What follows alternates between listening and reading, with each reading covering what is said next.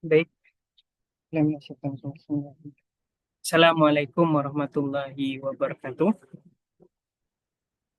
Salam, Om Swastiastu, Namo Buddhaya, Salam Kebajikan, Rahayu, Rahayu, Rahayu, Bapak Ibu sekalian. Puji syukur kepada Tuhan Yang Maha Esa, kita panjatkan berkatnya kita bisa berkumpul di acara diseminasi buku yang keempat dengan tema eh, ini masih buku yang sama tentang kepemimpinan manajemen lingkungan, tapi hari ini kita akan spesifik akan berbicara tentang bagaimana isu ya tentang hukum eh, tentang hukum dan keadilan di kehutanan korporat dan lain-lain tentunya. Sebelumnya saya izin untuk membacakan CV narsum dulu.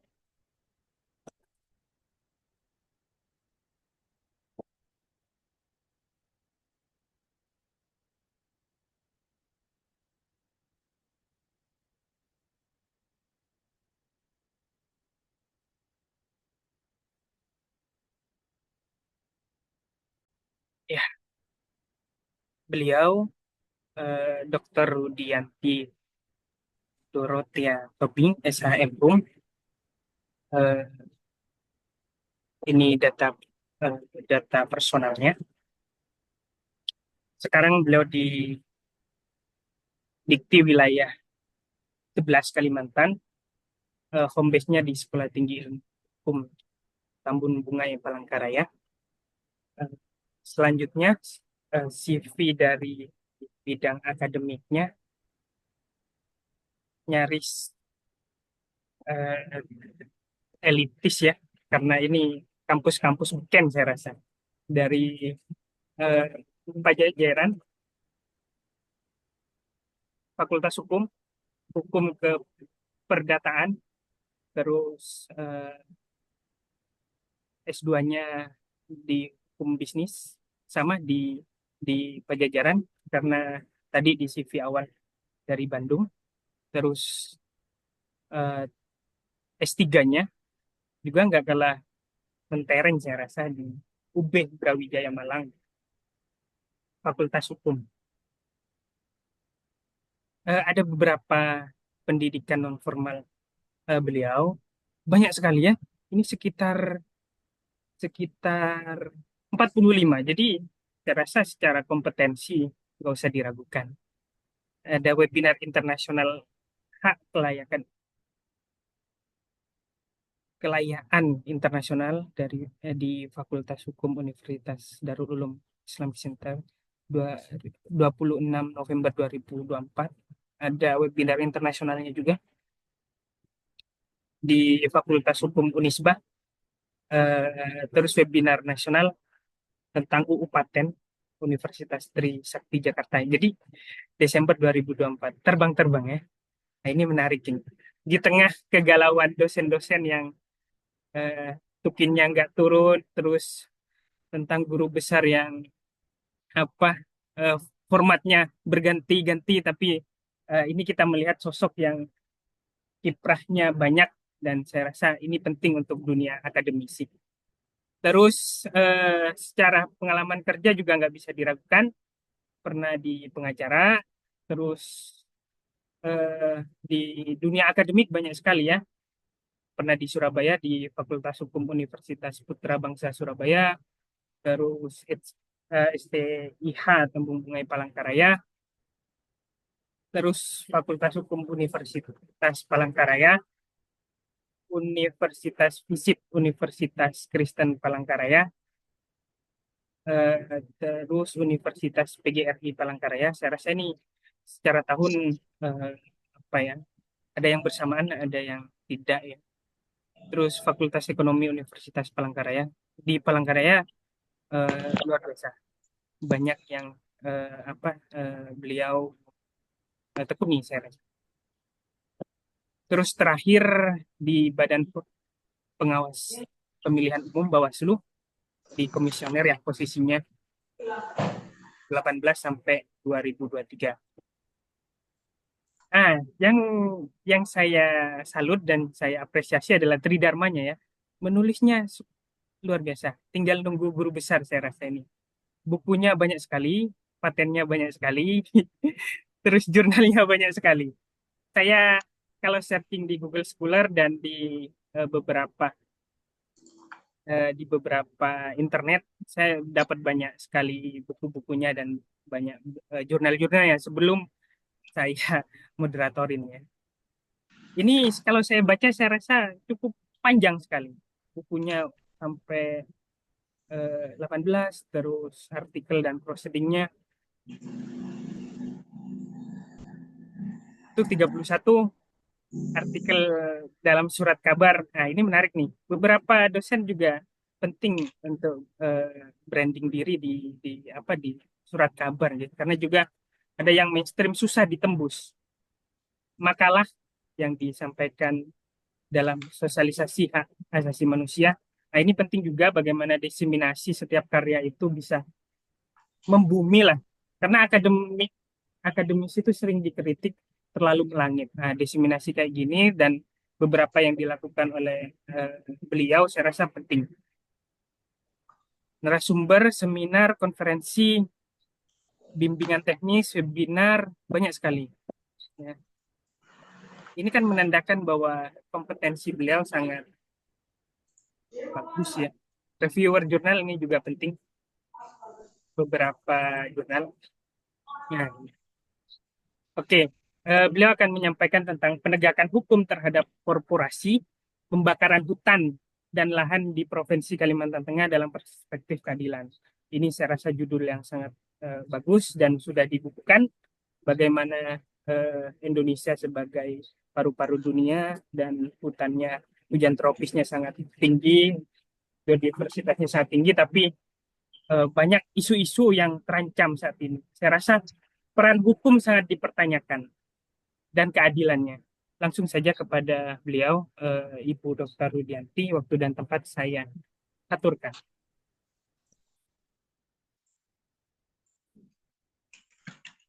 Izin, Ibu mau share screen apa mau dibantu?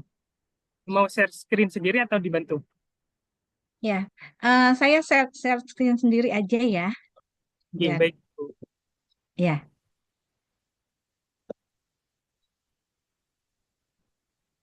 Hmm,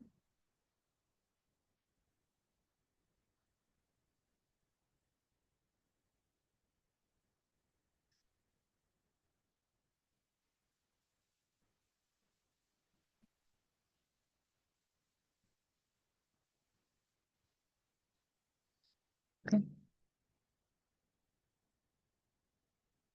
Ya, baik Bapak Ibu yang saya hormati, eh, Assalamualaikum warahmatullahi wabarakatuh.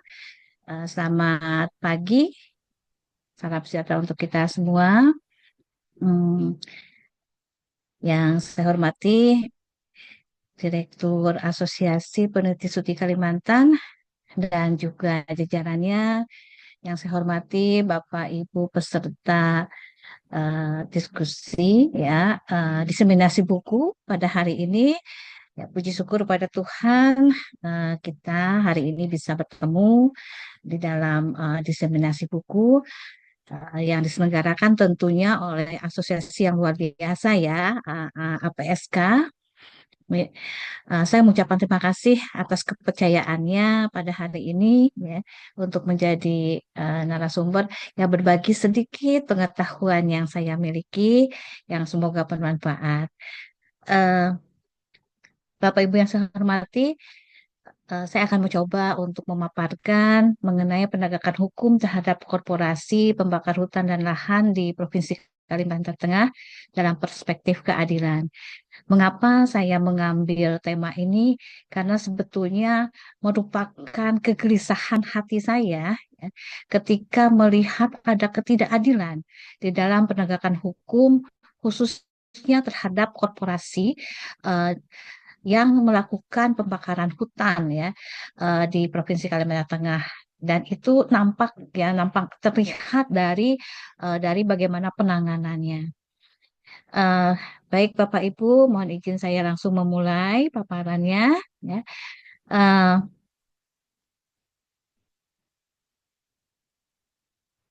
ya, eh, Sebagaimana kita ketahui bahwa Indonesia ini ya kita merupakan salah satu negara yang menurut ceritanya ya bahwa Indonesia itu adalah negara yang kaya raya. Kita memiliki kekayaan alam yang melimpah ya, baik berupa sumber daya alam yang terbarukan ya maupun yang tidak terbarukan. Nah, selain itu Indonesia memiliki modal alam. Ya. eh, Kita ada daerah aliran sungai, danau, kawasan lindung, wilayah pesisir, kawasan rawa dan gambut dan lain-lain maupun sumber daya alam dalam bentuk komoditas. Ya. Ini apalagi di Kalimantan ya kita kaya sekali kita punya kayu, rotan, lalu eh, tambang ya, batu bara, minyak, gas bumi dan juga perikanan yang melimpah ya. Ini sebetulnya hampir menyebar di seluruh wilayah negara Indonesia. Salah satunya adalah di Kalimantan Tengah. Ya, tidak bisa dipungkiri memang Kalimantan Tengah adalah salah satu provinsi yang memiliki sumber daya alamnya yang luar biasa. Provinsi Kalimantan Tengah ya merupakan salah satu provinsi Indonesia yang memiliki wilayah yang luas yaitu 153.564 kilometer persegi ya dan ada 13 kabupaten dan satu kota. Dan sedemikian luasnya wilayah Provinsi Kalimantan Tengah, tentu ini pun mempunyai sumber daya alam yang luar biasa. Ya, dari data statistik, Provinsi Kalimantan Tengah mempunyai hutan lindung ya, ada ini mohon maaf ya ini 1.344.391,00 ya dan punya hutan produksi ya eh, tetapi ada hutan produksi yang dapat diproduksi dan juga ada yang diproduksi dengan terbatas lalu mempunyai suaka alam ya lalu perairan dan jumlah hutannya ya ini 12.561.868,00 ya kita lihat memang pada umumnya kalau orang Jawa yang belum pernah ke Kalimantan Tengah itu dalam pikirannya bahwa Palangkaraya yang khususnya atau Kalimantan Tengah pada umumnya adalah hutan ya. Dan masih underestimate kepada orang Kalimantan ya dianggapnya kita ini orang-orang yang memang hidupnya di hutan yang agak primitif gitu ya padahal kita sudah mengalami kemajuan ya. Memang luas hutan kita ya secara tertulisnya sangat luas ya. Eh, nah, eh, Sebelumnya saya akan juga jelaskan dulu apa sih hutan itu gitu ya. Nah, hutan itu adalah suatu areal yang luas dikuasai oleh pohon, tetapi bukan hanya sekedar pohon, termasuk di dalamnya tumbuhan yang kecil seperti lumut, semak belukar, dan bunga hutan. Di dalam hutan juga terdapat beraneka ragam burung, serangga, dan berbagai jenis binatang yang menjadikan hutan sebagai habitatnya. Nah, eh, sebagaimana kita ketahui Bapak Ibu bahwa hutan itu dia tidak hanya menyimpan sumber daya alam berupa kayu, tetapi juga banyak potensi non kayu yang dapat diambil manfaatnya ya, oleh masyarakat melalui budidaya tanaman pertanian pada lahan hutan.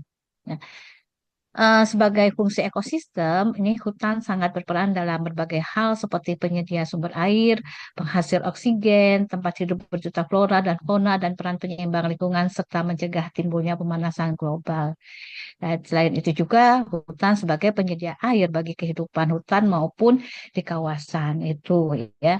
Jadi hutan itu merupakan sumber daya alam yang menempati posisi yang sangat strategis dalam kehidupan bangsa dan negara ya. Khususnya juga sangat mempengaruhi eh, terhadap Provinsi Kalimantan Tengah ya secara khususnya.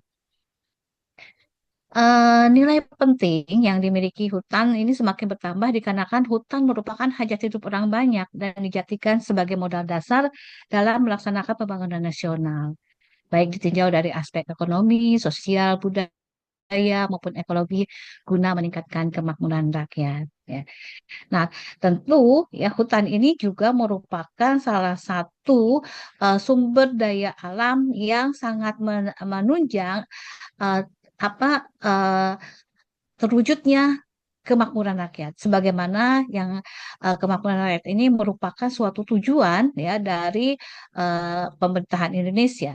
Dan ini sudah dituliskan ya di dalam pasal 33 ayat 3 Undang-Undang Dasar 45. Ya, di situ disebutkan bahwa bumi, air, dan kekayaan alam yang terkandung di dalamnya dikuasai negara dan dipergunakan sebesar-besarnya untuk kemakmuran rakyat.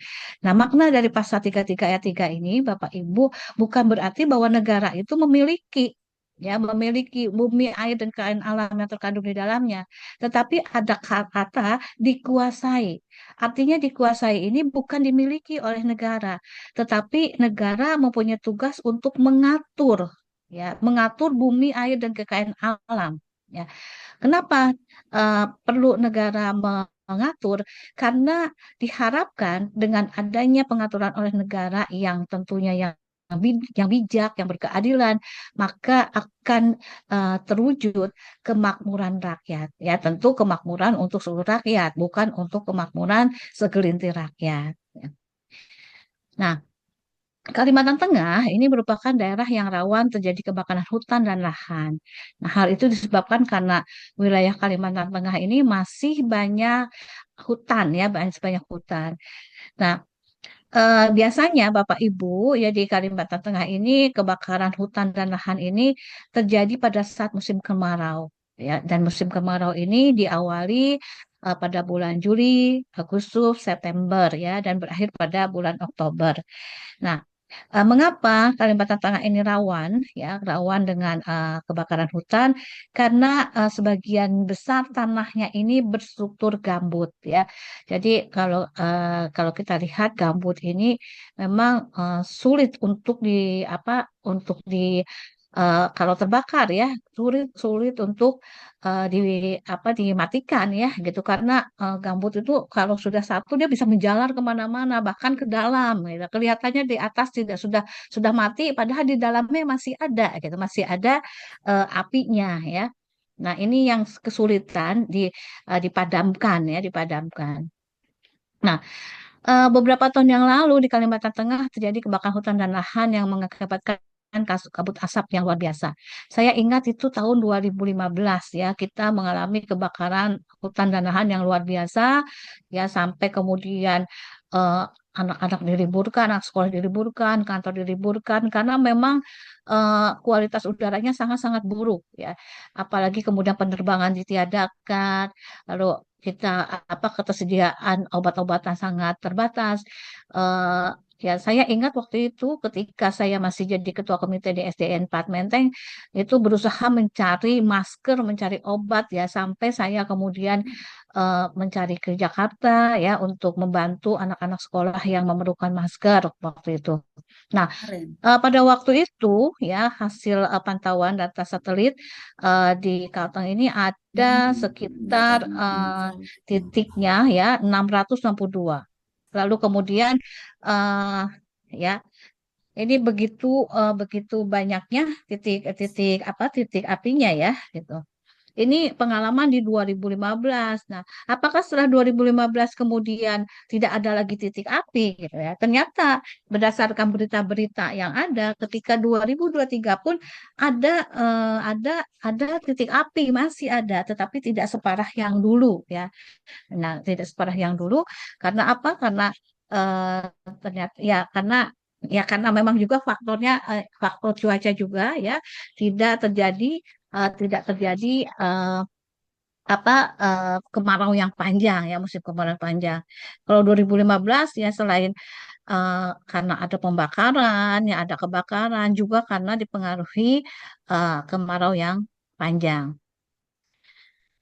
Kebakaran hutan dan lahan gambut ini merupakan kebakaran permukaan di mana api membakar bahan bakar yang ada di atas permukaan. Kemudian api menyebar tidak menentu secara perlahan di bawah permukaan, membakar bahan organik melalui pori-pori gambut dan melalui akar semak belukar atau pohon yang bagian atasnya terbakar. Jadi seperti yang tadi saya sampaikan bahwa lahan gambut itu memang sulit sekali dipadamkan dan juga sangat mudah terbakar. Ya, misalnya membuang puntung rokok aja ya pada musim kemarau itu bisa bisa langsung ya terbakar dan menyebar kemana-mana ya.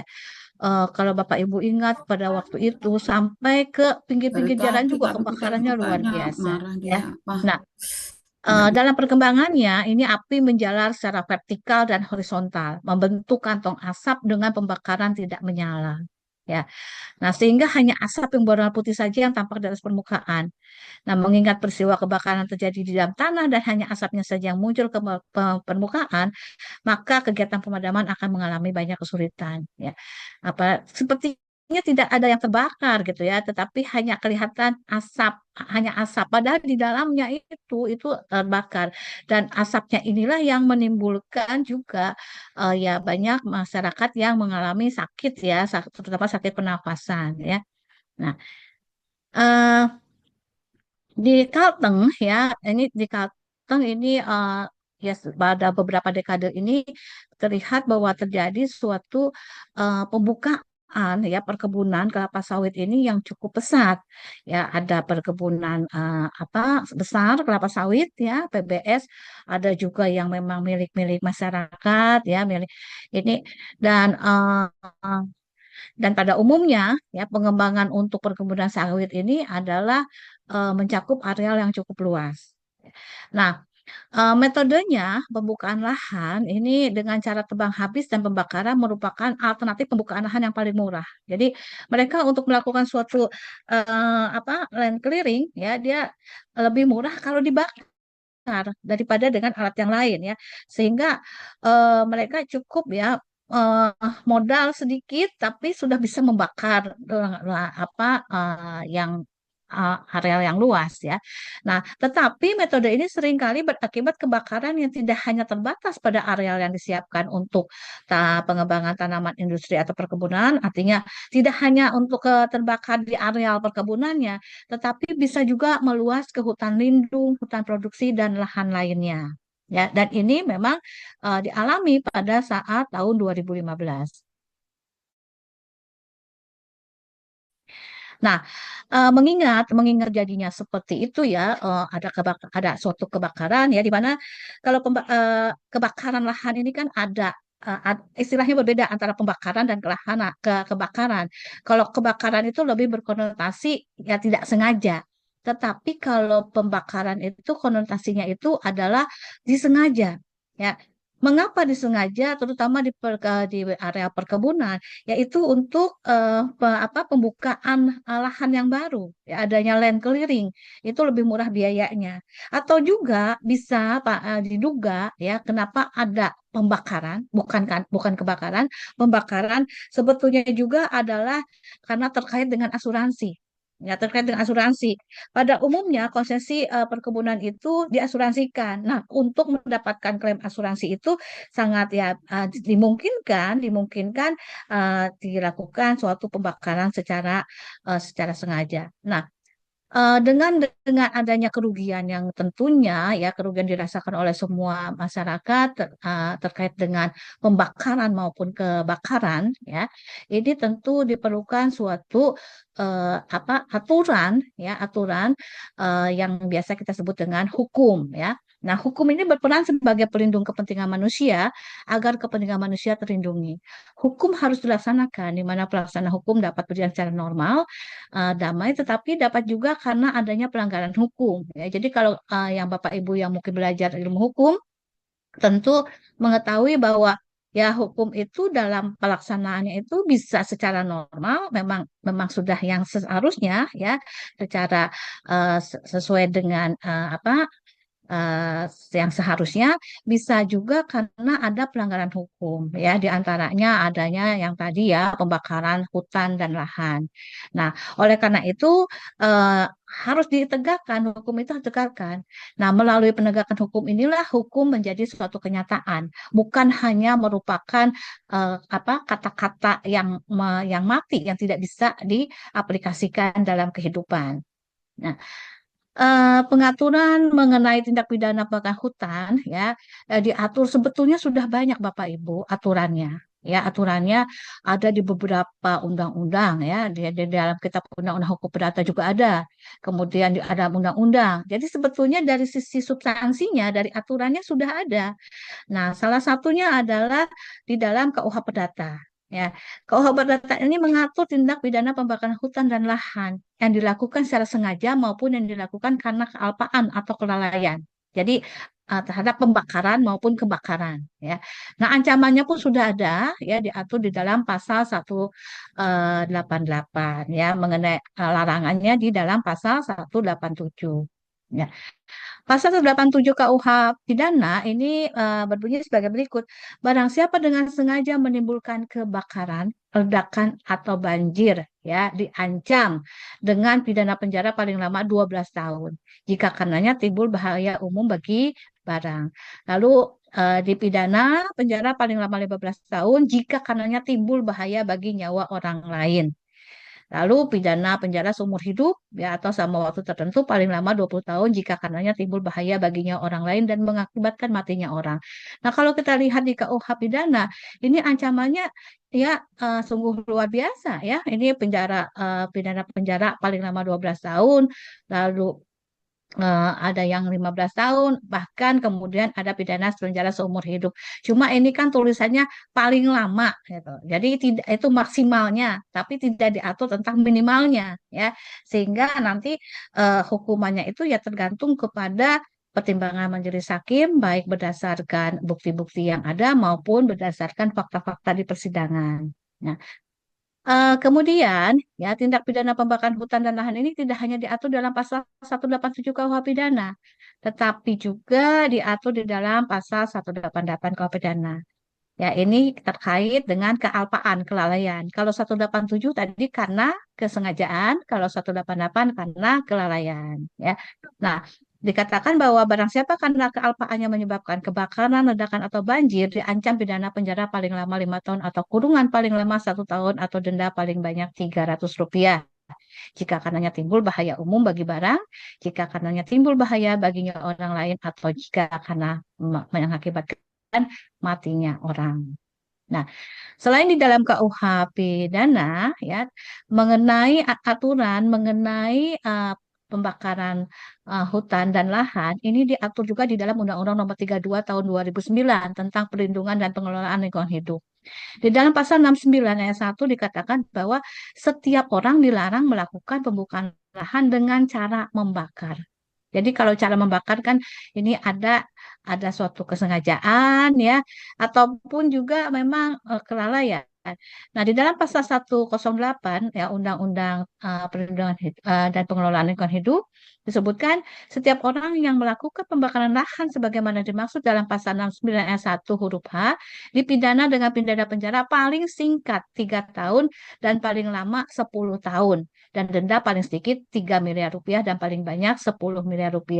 Kalau kita bandingkan dengan KUH pidana tadi, kalau di KUH pidana tidak ada aturan mengenai penjara paling singkat, tetapi maksimal sehingga bisa saja ya hakim memutuskan hanya beberapa waktu. Tetapi kalau di Undang-Undang Lingkungan Hidup ini sudah ada aturannya, normanya bahwa paling singkat 3 tahun dan paling lama 10 tahun. Lalu denda paling sedikit 3 miliar dan paling banyak 10 miliar. Nah, selain di dalam Undang-Undang Lingkungan Hidup juga tentang pembakaran ya ini diatur di dalam Undang-Undang Kehutanan. Nah, di dalam Undang-Undang Kehutanan ini dalam pasal 50 ayat 3 huruf D disebutkan bahwa setiap orang dilarang membakar hutan. Ya, sanksi pidana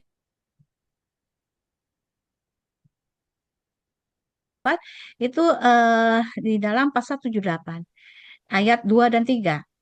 Ayat 2 mengatakan bahwa barang siapa dengan sengaja melanggar ketentuan sebagaimana dimaksud dalam pasal 50 ayat 3 diancam dengan penjara paling lama 15 tahun dan denda paling banyak Rp5 miliar.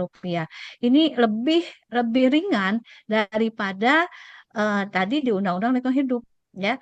Lalu di ayat 3 ini karena kelalaiannya ya ini diancam dengan pidana penjara paling lama 5 tahun dan paling banyak Rp1,5 miliar. Nah, kemudian selain di Undang-Undang Kehutanan, Undang-Undang Lingkungan Hidup, KUH pidana, pembakaran lahan ini juga diatur di dalam Undang-Undang Perkebunan. Ya, di dalam pasal 26 disebutkan bahwa setiap pelaku usaha perkebunan dilarang membuka dan atau mengolah lahan dengan cara pembakaran yang berakibat terjadinya pencemaran dan kerusakan lingkungan hidup. Ya, nah eh, ini jelas ya di dalam undang-undang hutan, undang-undang perkebunan dilarang untuk membakar, melakukan land clearing, ya, membuka lahan dengan cara pembakaran. Ya, karena apa? Karena pembakaran itu tentu akan menjadi pencemaran dan kerusakan lingkungan hidup. Tetapi ya ini pernah terjadi Bapak Ibu ketika 2015 eh, ada beberapa perusahaan ya yang dijadikan tersangka, ya, tersangka pembakaran hutan dan lahan, ya. Mereka kemudian dikenakan undang-undang perkebunan ini, ya. Nah, yang memprihatinkannya, ya, adalah bukan dibuktikan terjadinya pembakarannya, ya, tetapi yang dibuktikannya itu adalah pencemaran, ya, dan kerusakan lingkungan hidup. Yang lucunya, ya, datangkan ahli dari Jakarta untuk membuktikan apakah mereka itu harus bertanggung jawab atau tidak. Didatangkan ahlinya setelah reda asapnya. Lalu kemudian akhirnya disimpulkan bahwa tidak terjadi pencemaran akibat pembakaran lahan itu. Ya, padahal jelas-jelas secara de facto, secara faktanya, ya masyarakat Kalimantan Tengah itu mengalami bagaimana pencemaran udara, ya semuanya sakit dan itu dalam kondisi yang parah, ya. Nah, itu sehingga beberapa perusahaan dinyatakan tidak terbukti melakukan pembakaran hutan, ya, dan mereka pun akhirnya di SP3-kan, diberhentikan tahapan penyidikannya. Ya. Nah, kemudian selain itu juga diatur di dalam pasal 19 PP nomor 45 tahun 2004 tentang perlindungan hutan, pelanggaran terhadap pembakaran hutan, yaitu disebutkan setiap orang dilarang membakar hutan. Dan ada pengecualiannya, ya, boleh membakar dengan untuk, ya, secara terbatas untuk tujuan khusus. Apa, ya, eh, yaitu untuk pengendalian kebakaran hutan, lalu pembasmian hama dan penyakit, lalu pembinaan habitat tumbuhan dan satwa. Nah, khusus untuk Kalimantan Tengah, Bapak Ibu, untuk pembakaran, ya, lahan, ini pembakaran hutan dan lahan ini diatur di dalam peraturan daerah nomor 5 tahun 2003. Ya, itu judulnya tentang pencegahan eh, pembakaran hutan dan lahan. Tetapi kemudian di dalam perjalanan waktu, ya, Perda nomor 5 tahun 2003 ini telah diganti dengan Perda nomor 1 tahun 2020 yang hanya mengatur tentang pembakaran lahan, bukan pembakaran hutan. Jadi judulnya sudah berubah, ya. Nah, kalau kita lihat di dalam Perda nomor 5 tahun 2003, itu di pasal 2 ayat 1 disebutkan setiap orang dilarang melakukan pembakaran hutan dan atau lahan. Ya. Nah, kemudian, ya, nah, bagaimana sih penegakan hukumnya gitu, ya? Tadi sudah aturannya sudah ada semuanya. Lalu bagaimana penegakan hukumnya? Ya, apakah yang pihak-pihak yang melakukan pembakaran ini sudah dijatuhi sanksi yang memang berkeadilan? Nah, sebelumnya kita ketahui dulu bahwa penegakan hukum itu merupakan rangkaian proses untuk menjabarkan nilai, ide, cita yang cukup abstrak yang menjadi tujuan hukum. Nah, tujuan hukum atau cita hukum ini memuat nilai-nilai moral seperti keadilan dan kebenaran. Nilai-nilai tersebut harus mampu diwujudkan dalam realitas nyata. Nah, eksistensi hukum diakui apabila nilai-nilai moral yang terkandung dalam hukum tersebut mampu diimplementasikan atau tidak. Jadi, di dalam hukum juga memuat nilai-nilai moral, ya. Apa itu nilai-nilai moralnya? Yaitu adanya keadilan dan kebenaran dan harus diwujudkan dalam realitas yang nyata. Ya. Nah, inti dari dan arti penegakan hukum ini terletak pada kegiatan menyerasikan hubungan nilai-nilai yang terjabarkan di dalam kaidah-kaidah yang mantap dan mengejawantahkan sikap tindak sebagai rangkaian penjabaran nilai tahap akhir untuk menciptakan, memelihara, dan mempertahankan kedamaian pergaulan hidup. Bapak Ibu yang saya hormati, bahwa di dalam penegakan hukum itu sebetulnya adalah sarana untuk mencapai tujuan hukum. Ya, apa itu tujuan hukum? Kalau kita lihat dari pendapatnya Gustav Pradbruch, tujuan hukum itu adalah yang pertama untuk mewujudkan keadilan, yang kedua untuk kepastian hukum, yang ketiga kemanfaatan. Ya, dan untuk mencapai tujuan hukum itu, maka sudah semestinya seluruh energi dikerahkan agar hukum mampu bekerja untuk mewujudkan nilai-nilai moral dalam hukum. Ya, artinya bukan hanya norma-norma yang ada di dalam aturan, tetapi juga ya untuk penegakan hukum juga dipengaruhi dengan nilai-nilai moral di dalam hukum itu sendiri. Nah, apabila ya mewujudkan nilai hukum itu gagal, maka tentu ini akan merupakan ancaman yang membahayakan ya. Ini kalau bahasanya ini bangkrut hukum. Artinya ya hukumnya udah tidak berdaya, ya tidak punya nilai. Nah, hukum yang miskin implementasi terhadap nilai-nilai moral akan berjarak serta terisolasi dari masyarakatnya. Ya. Nah, keberhasilan penegakan hukum akan menentukan serta menjadi barometer legitimasi hukum di tengah-tengah realitasnya. Nah, masalah penegakan hukum ini merupakan masalah yang tidak sederhana, Bapak Ibu, ya, bersifat kompleks, ya, baik dari sistem hukum itu sendiri juga dipengaruhi dengan rumitnya jalinan hubungan antara sistem hukum dengan sistem sosial, politik, ekonomi, dan budaya masyarakat. Ya, ada intervensi-intervensi di dalam penegakan hukum. Nah, sebetulnya ya sebagai suatu proses penegakan hukum pada hakikatnya ini merupakan variabel yang mempunyai korelasi dan interdependensi dengan faktor-faktor yang lain. Contohnya Bapak Ibu ya, sebetulnya hukum itu harus dependen dengan politik ya. Tetapi dalam faktanya hukum itu malah hukum itu independen ya. Hukum itu malah independen, tergantung kepada politik. Harusnya hukum itu berada di atas politik, tetapi faktanya politik ya yang ada di atas hukum. Politik itu sebetulnya kan adalah cara untuk mencapai tujuan. Sehingga untuk mencapai tujuan, hukumnya itu yang dijadikan alat untuk mencapai tujuan. Ya, ya misalnya tujuan-tujuan kelompok tertentu, kepentingan-kepentingan tertentu, hukumlah yang akhirnya dijadikan alat. Ya. Nah, ada beberapa faktor terkait yang menentukan proses penegakan hukum, yaitu komponen substansi, struktur, dan kultural. Ada suatu teori ya yang memang ini pada umumnya dipakai oleh orang ahli-ahli hukum, yaitu teori yang disampaikan oleh Friedman. Friedman mengatakan bahwa penegakan hukum itu dipengaruhi oleh tiga faktor. Yang pertama adalah legal substance, yang kedua legal structure, dan yang ketiga adalah legal culture. Legal substance itu adalah terkait dengan aturan hukumnya. Apakah aturan hukumnya sudah bagus atau tidak? Atau bahkan tidak ada aturannya? Atau bahkan ada konflik norma? Ya. Nah, atau mungkin ada ketidakjelasan mengenai normanya. Nah, lalu kalau saya kaitkan dengan penegakan hukum terhadap koperasi pembakaran hutan, tadi di depan sudah dijelaskan begitu banyaknya aturan-aturan yang sudah mengatur tentang pembakaran hutan dan lahan, ya. Nah, lalu kemudian eh, Friedman mengatakan yang kedua itu adalah legal structure. Legal structure itu adalah penegak hukumnya. Percuma aturannya bagus kalau moralnya penegak hukumnya tidak bagus. Mereka akan mencari cara bagaimana supaya mengingkari dari aturan-aturan yang ada.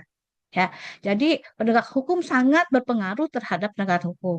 Lalu juga culture-nya, ya legal culture kulturalnya, kebiasaan.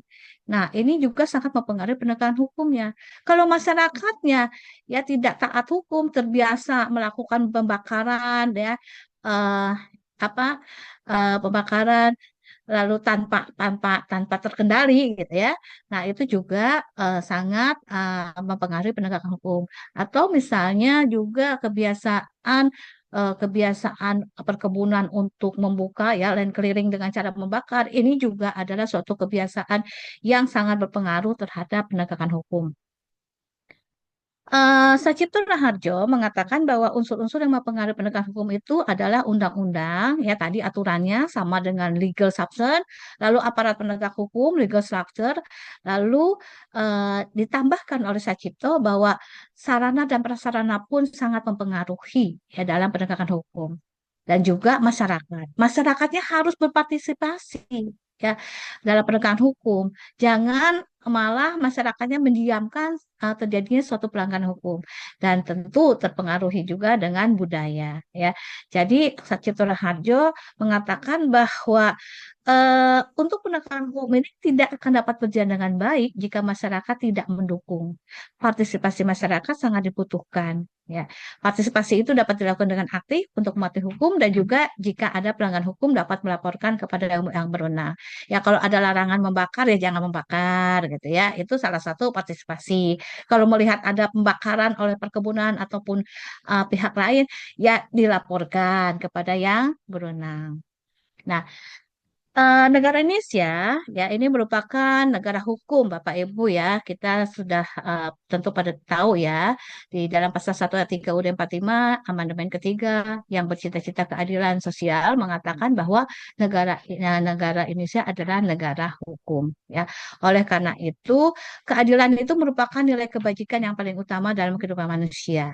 Ya, jadi kalau tadi saya menjelaskan tentang penegakan hukum, bagaimana kaitannya dengan keadilan? Ya, jadi keadilan itu merupakan nilai kebajikan yang paling utama dalam kehidupan manusia, ya. Dan karena itu nilai tersebut tidak bisa dipertukarkan. Ya.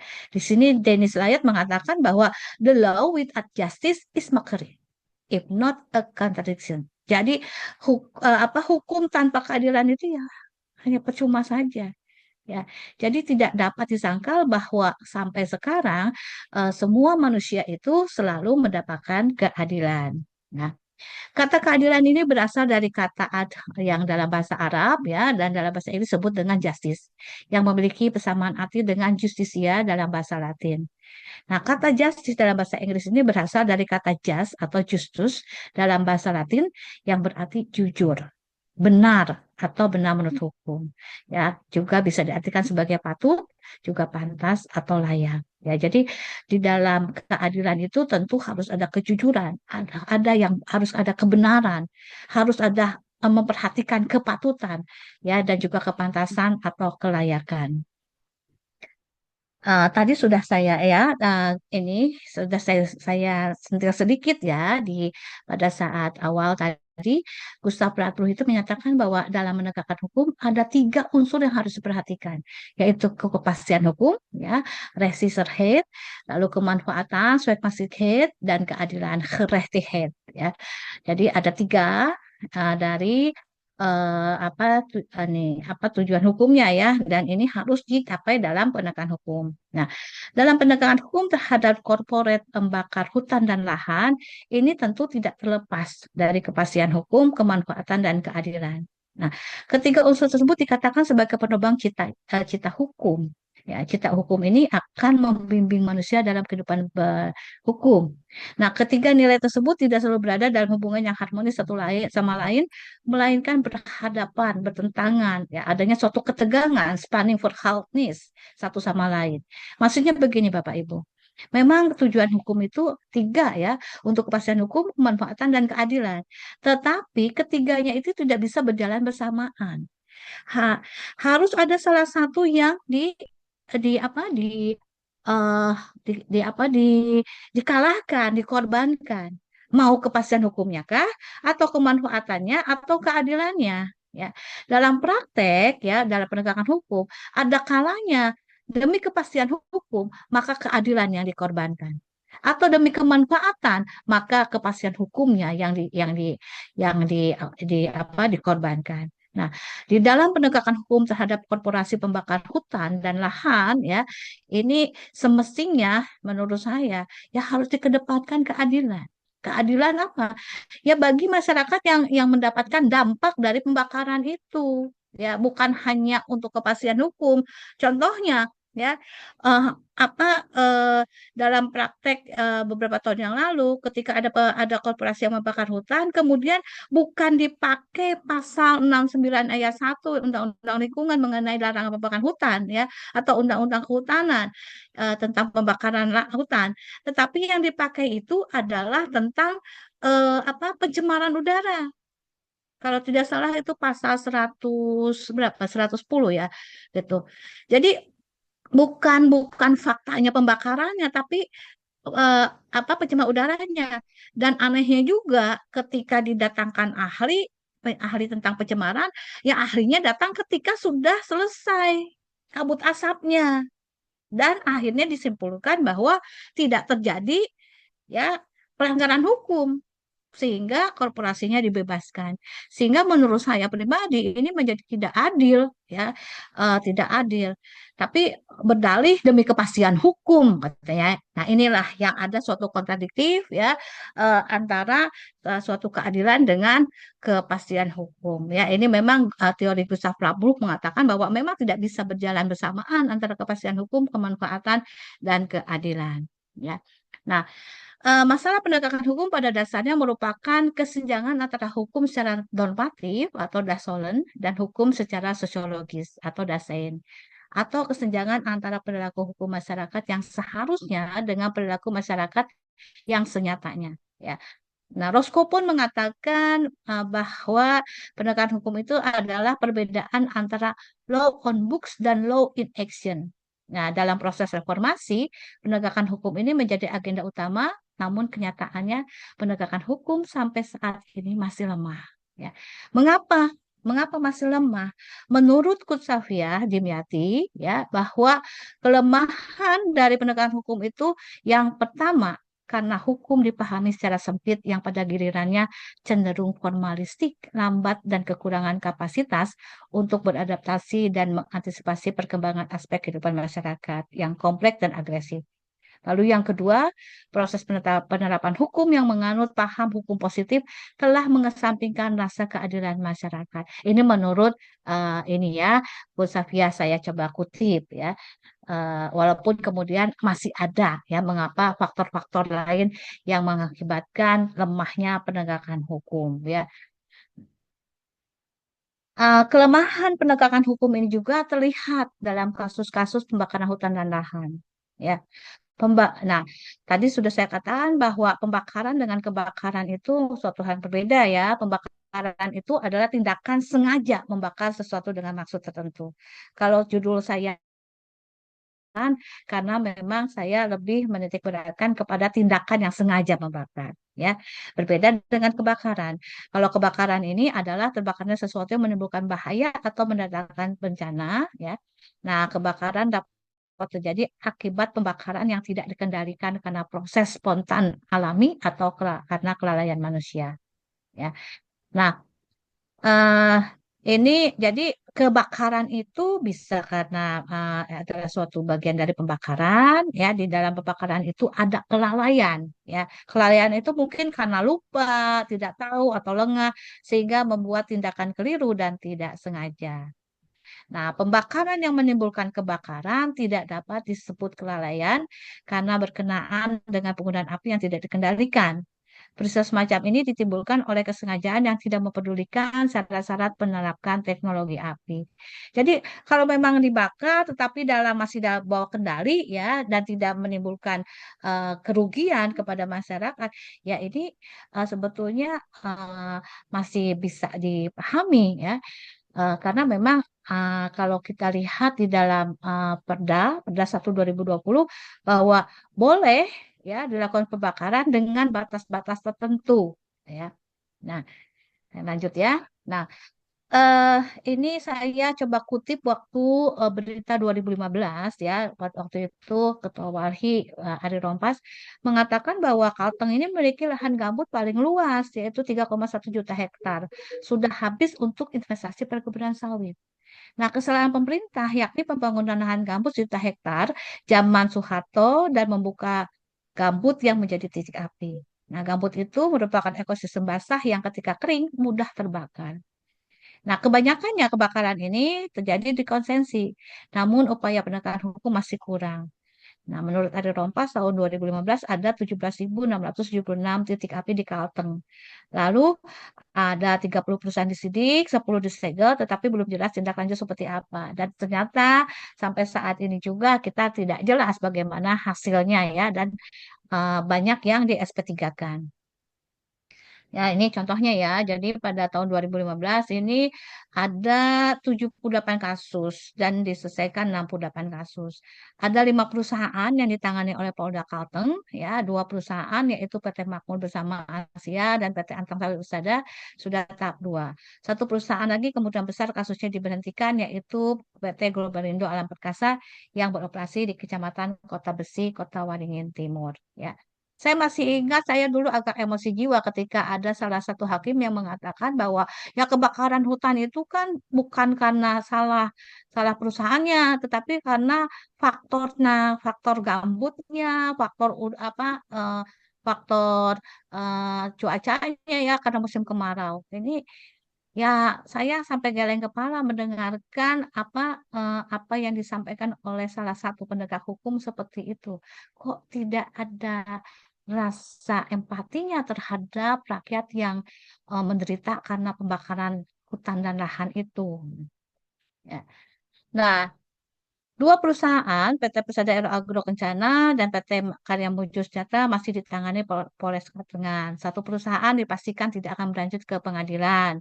Nah, dari sekian banyak kasus pembakaran hutan dan lahan di Kalteng, sudah beberapa kasus korporasi yang menjadi tersangka pembakaran lahan dan hutan yang di SP3-kan dengan alasan kurang bukti, ya, yang seperti yang tadi saya sampaikan. Nah, kebakaran hutan di Provinsi Kalimantan Tengah ini hampir tiap tahun terjadi, ya, terutama pada musim kemarau sekitar bulan Juli sampai dengan bulan Oktober. Ya. Eh, Penegakan hukum tindak pidana pembakaran hutan Provinsi Kalimantan Tengah itu dilakukan oleh kepolisian yang dimulai dari tahap penyelidikan, penyidikan, penuntutan, dan sampai persidangan di pengadilan. Nah, selain pejabat kepolisian Republik Indonesia, sebetulnya ada pejabat yang mempunyai kewenangan untuk melakukan penyelidikan, yaitu polisi kehutanan. Hal ini sesuai dengan pasal 36 ayat 3 PP nomor 45 tahun 2004. Ya. Jadi, bahwa polisi kehutanan atau perintah pimpinan berwenang untuk melakukan penyelidikan dalam rangka mencari dan menangkap tersangka. Ya.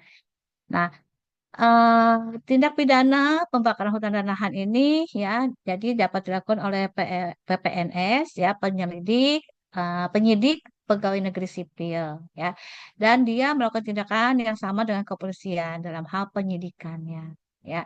Nah, sejak dimulainya penyidikan PPNS secepatnya memberitahukan dimulainya penyidikan kepada penyidik Polri ya. Nah, jadi nanti kalau sudah dan dia berkoordinasi dengan kepolisian, kalau berkas sudah lengkap ya, dan hasil penyidikan diserahkan kepada penuntut umum yaitu jaksa. Kalau sudah lengkap, kemudian baru dilakukan apa penuntutannya ya di pengadilan. Nah, adanya penyidik pegawai negeri sipil ini mempunyai kemampuan dalam melakukan penyidikan tindak pidana pembakaran hutan, tentu saja sangat membantu dalam penanganan perkara tindak pidana pembakaran hutan. Namun di wilayah Provinsi Kalimantan pada waktu itu ya, peran penyidik pegawai negeri sipil tidak terlihat secara nyata. Ya, karena ini ada SK pada waktu itu ya eh, penetapan sebagai penyidik pegawai negeri sipil itu tidak diperpanjang pada waktu yang kejadian 2015 yang lalu ya sehingga penyidikan pembakaran hutan dan lahan itu selalu dilakukan oleh Polres ya Polres. Nah, Bapak Ibu yang saya hormati, ada beberapa kendala dalam penegakan hukum tindak pidana pembakaran hutan di wilayah Provinsi Kalimantan Tengah, ya, dan upaya mengatasi kendala dalam penegakan hukum tindak pidana pembakaran di Provinsi Kalimantan. Dan ternyata ya hal ini tidak mudah untuk dilakukan, ya, di mana eh, para aparat penegak hukum juga mengalami beberapa kesulitan. Ya. Yang kesulitannya yang terjadi di Kalimantan Tengah di antaranya adalah kurangnya pemahaman dari aparat penegak hukum yang berenang penegakan hukum tindak pidana pembakaran hutan terhadap peraturan perundang-undangan yang mengatur mengenai pembakaran hutan. Ya. Lalu juga adanya keterbatasan dana, sarana dan prasarana. Lalu juga adanya ya eh, kurangnya sumber daya manusia di dalam penegakan hukum tindak pidana pembakaran hutan dan lahan. Ya. Nah, kendala lain dalam penegakan hukum tindak pidana pembakaran hutan di Provinsi Kalimantan yaitu dalam melakukan penyidikan, ya, penyidik pegawai negeri sipil itu merupakan pegawai struktural, bukan fungsional. Ya, sehingga dalam melakukan penyidikan, ya si PPNS ini juga dibebani tugas lain, jadi tidak bisa fokus untuk menangani suatu kasus, ya, sehingga penyelesaiannya pun tidak dapat dilakukan secara maksimal. Nah, dari pengalaman kabut asap di Kalteng pada tahun 2015 akibat pembakaran hutan dan lahan yang menyisakan masalah penegakan hukum, terlihat bahwa penegakan hukum yang bercita-citakan keadilan telah tergerus oleh kepentingan. Menurut Arif Budiman dalam bukunya Hukum Itu Kepentingan, ya, yang ditulis oleh Pak Pramudia, dia mengatakan bahwa hukum merupakan sesuatu yang netral yang diciptakan untuk kebaikan masyarakat. Akan tetapi persoalannya tidaklah sesederhana itu. Kelompok politik yang berkuasa akan berusaha menggunakan segala cara untuk melanggengkan kekuasaannya. Salah satu cara yang efektif adalah dengan memperalat hukum. Akan diciptakan berbagai perangkat hukum yang dapat memperkuat kekuasaan dari kelompok yang berkuasa. Dan ini memang fakta, ya. Jadi yang seperti saya katakan, ya, akhirnya politik yang menguasai hukum, ya. Lalu lebih lanjut dikatakan oleh Arif Budiman bahwa paradigma hukum mungkin bisa berubah-ubah, tetapi hukum tetap merupakan permainan dari kepentingan kelompok.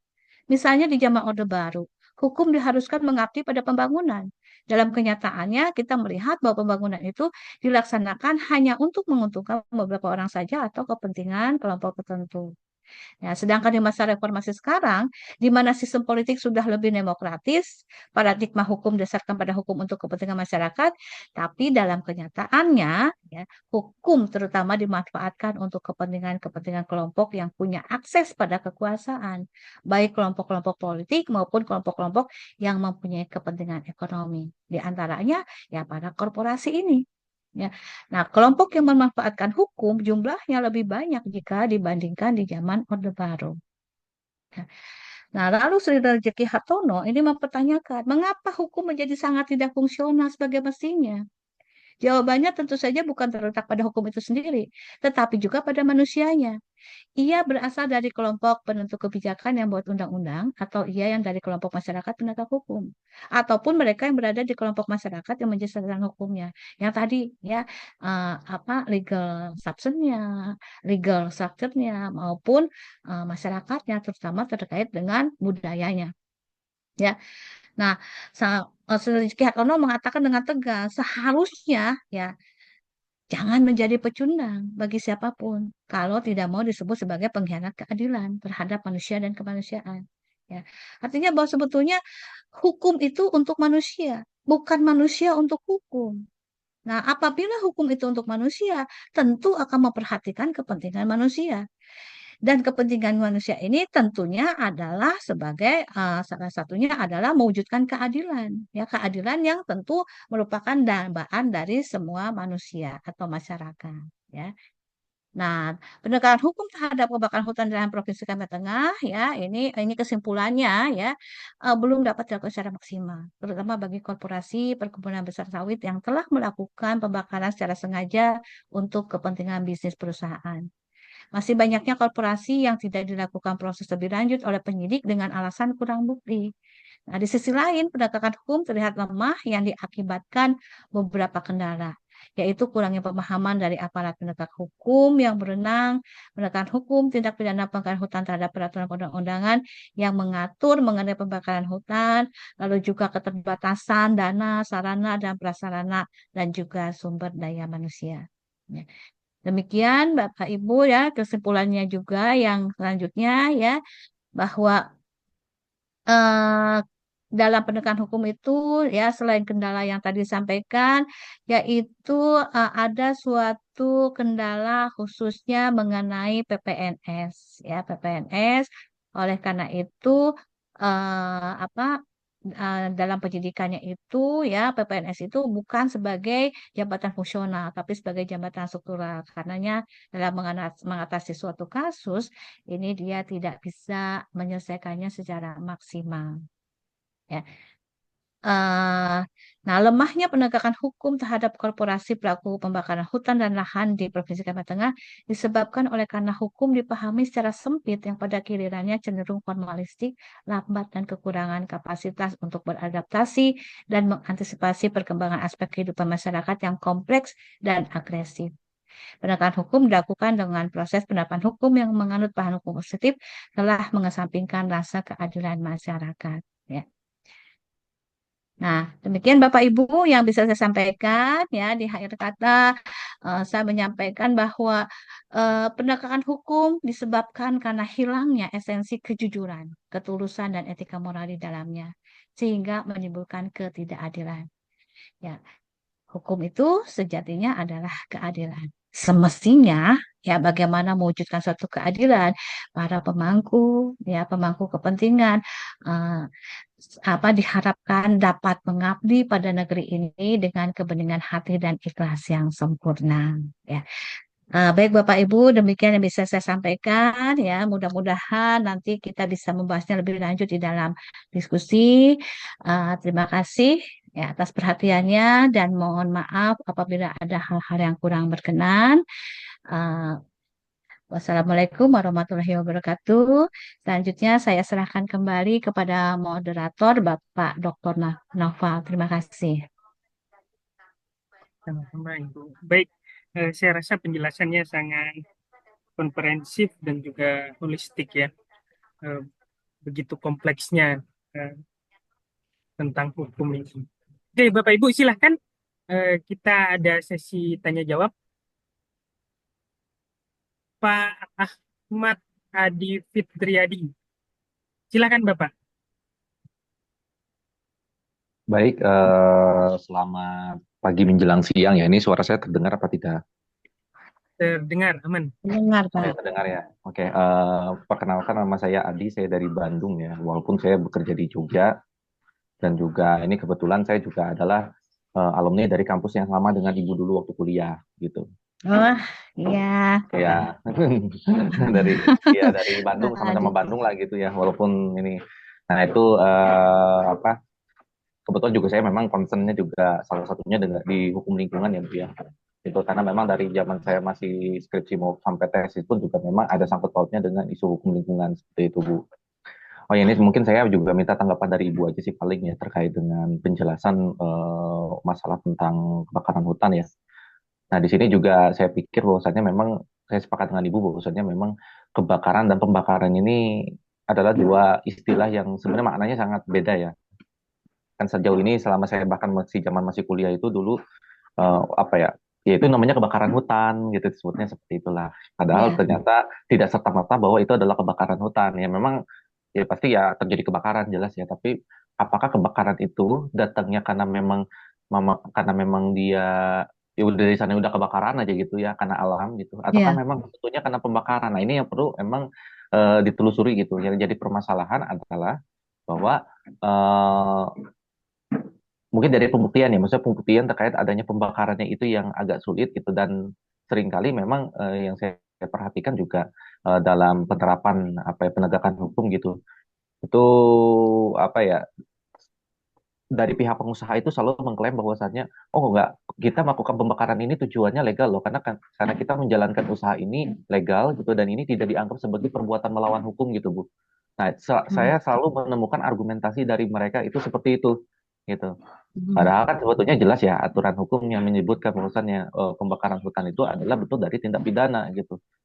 Nah, iya, itu yang saya temukan di lapangan seperti itu. Nah, jadi mungkin pertanyaannya begini Bu, kalau misalkan kita bawa ke ranah keperdataan kan salah satunya di pasal 88 Undang-Undang Nomor 32 Tahun 2009 ya hmm, tentang perlindungan dan pengelolaan lingkungan hidup itu ada yang namanya asas strict liability itu atau asas tanggung jawab mutlak hmm, yang dimana memang tanggung jawab itu yang dikenakan itu bukan pada perbuatan melawan hukumnya, tapi dia adalah tapi lebih kepada akibatnya gitu kan. Jadi ibaratnya memang itu sudah jadi tanggung jawabnya dari perusahaan dan ternyata memang apa jadi pembuktian terbalik pada akhirnya gitu kan. Toh juga mereka yang membuktikan harus mereka gitu bukan orang yang di apa ya orang yang dirugikannya karena memang kalau misalnya saya pahami Bu kalau terkait dengan pembakaran hutan, terutama oleh perusahaan gitu, ya, terkait dengan masalah eh, pembuktian pembakaran kan pasti kan ngacunya ke siapa yang mendalilkan, dia yang membuktikan lah gitu ya, itu asas hukumnya seperti Ya. itu gitu. Nah, yang membuktikan adalah pihak yang merasa dirugikan dengan itu. Nah, kalau misalnya kita menerapkan asas tanggung Mm. jawab mutlak Bu, itu yang dimana ada pembuktian terbalik bagaimana gitu. Walaupun memang akhirnya jadi perkaranya perdata lagi sih. Itu aja sih dari saya. Terima kasih Bu. Ya. Nggih. Langsung Langsung jawab. nggih, Ya. silakan Ibu. Oke, terima kasih Pak Ahmad Adi ya. Tadi satu alma mater dengan saya di Unpad ya Pak, Pajajaran. Iya, betul Bu. S1 S2-nya juga Bu. Oh iya, ternyata Ya, temu kita satu alumni ya, iya, satu alma mater.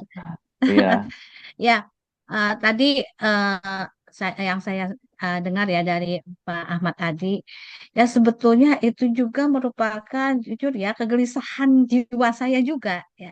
Saya sudah hampir 25 tahun ini apa tinggal di Palangkaraya di Kalimantan Tengah ya. Ada suatu eh, ketidakikhlasan gitu ya kalau ternyata ya korporasinya dibiarkan bebas gitu ya. Padahal kita masyarakat Kalteng itu, wah, saya mengalami benar gitu bagaimana akibat pembakaran lahan itu. Ya, yang jelas-jelas mereka itu sudah ada kan tadi di Undang-Undang Perkebunan juga dilarang membuka lahan ya dengan melakukan pembakaran. Ya, tapi pada faktanya mereka itu tetap membuka lahan dengan membakar karena murah. Apalagi kalau di lahan gambut ya. Lahan gambut itu hanya modal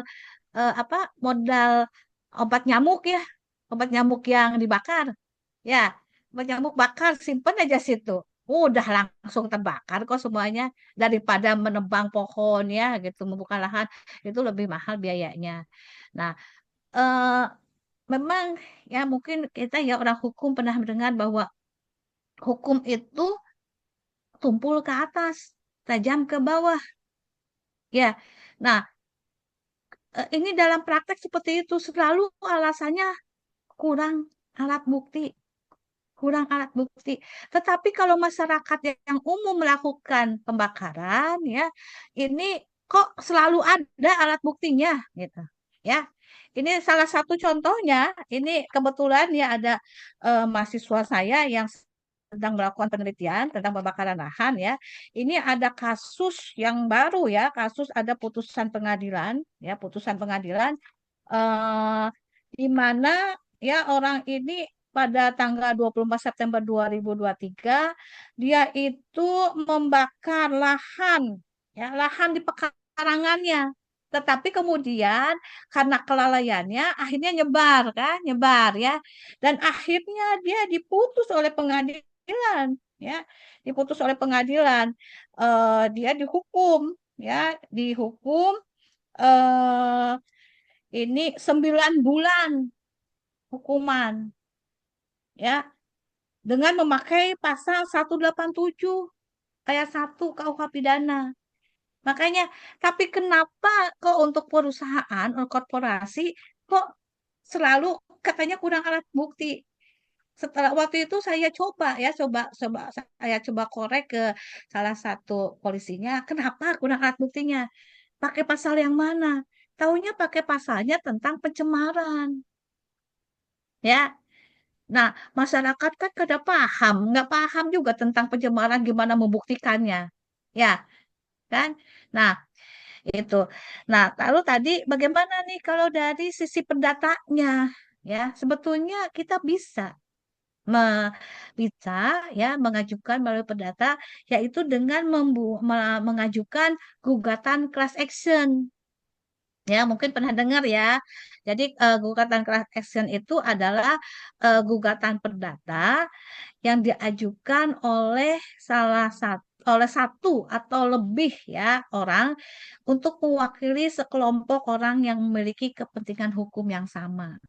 Ya, sebetulnya masyarakat Kalteng ketika terjadi ini apa kabut asap, ya bisa melakukan class action terhadap ya eh, perusahaan-perusahaan yang melakukan pembakaran. Nah, jadi apa cuma ya itu kembali lagi ya kadangkala kadangkala ya aturannya sudah ada ya kita sudah mendapatkan ada aturan jelas ya tapi pada saat tataran proses pelaksanaannya ya prosesnya suatu perkara dipengaruhi oleh faktor penegak hukumnya ya penegak hukumnya itu lebih ya saya nggak berani ngomong apa ya cuma saya bilang ya pengaruh penegak hukumnya ini saya tadi pagi saya baru ngajar di mahasiswa saya di Stikes tentang korupsi ya salah satunya itu ya bisa ada penyalahgunaan jabatan untuk kepentingan diri sendiri atau orang lain ya mungkin juga ada di situ karena kalau kita lihat di undang-undang korupsi itu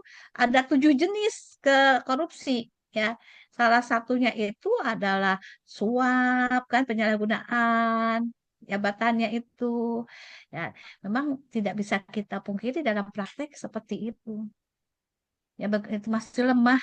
Ya, 2023 juga masih terjadi ini kebakaran lahan. Ya, tapi mungkin tidak seheboh yang dulu ya 2015, tapi masih tetap ada. Ini itu Pak Ahmad tadi. Iya, itu berarti kalau Mudah-mudahan puas misalkan, ya. ya, berarti itu ini ya Bu ya, apa tadi kan class action ya, saya sepakat Bu dengan gugatan class action gitu, tapi nanti dengan apa ya, dengan dasar nanti gugatannya itu adalah dengan prinsip tanggung jawab mutlak ya Bu ya, berarti ya, jadi yang dilihat tuh dampaknya aja. Kalau misalnya mungkin perusahaannya ngeyel gitu, kita mungkin bisa Ya, ngakalin dengan cara seperti itu paling ya Bu ya. Iya.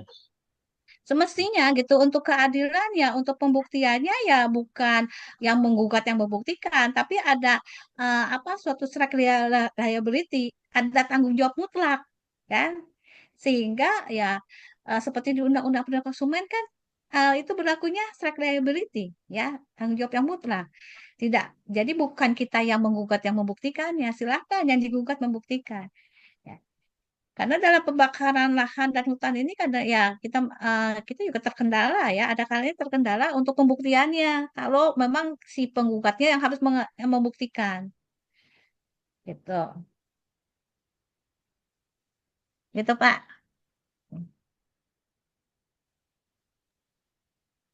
Ya saya kembalikan kepada apa moderator Pak Dr. Novel. Ya, Ibu. Eh, Ibu Kapti ada bisa langsung bertanya Ibu Kapti? Baik, Mas, Pak. Tapi Ya, mohon maaf silakan. saya off kamera ya. Nggak apa-apa, nggak apa-apa. Ya, Iya. Baik, sebenarnya tadi sudah agak terjawab juga ya, ada class action gitu.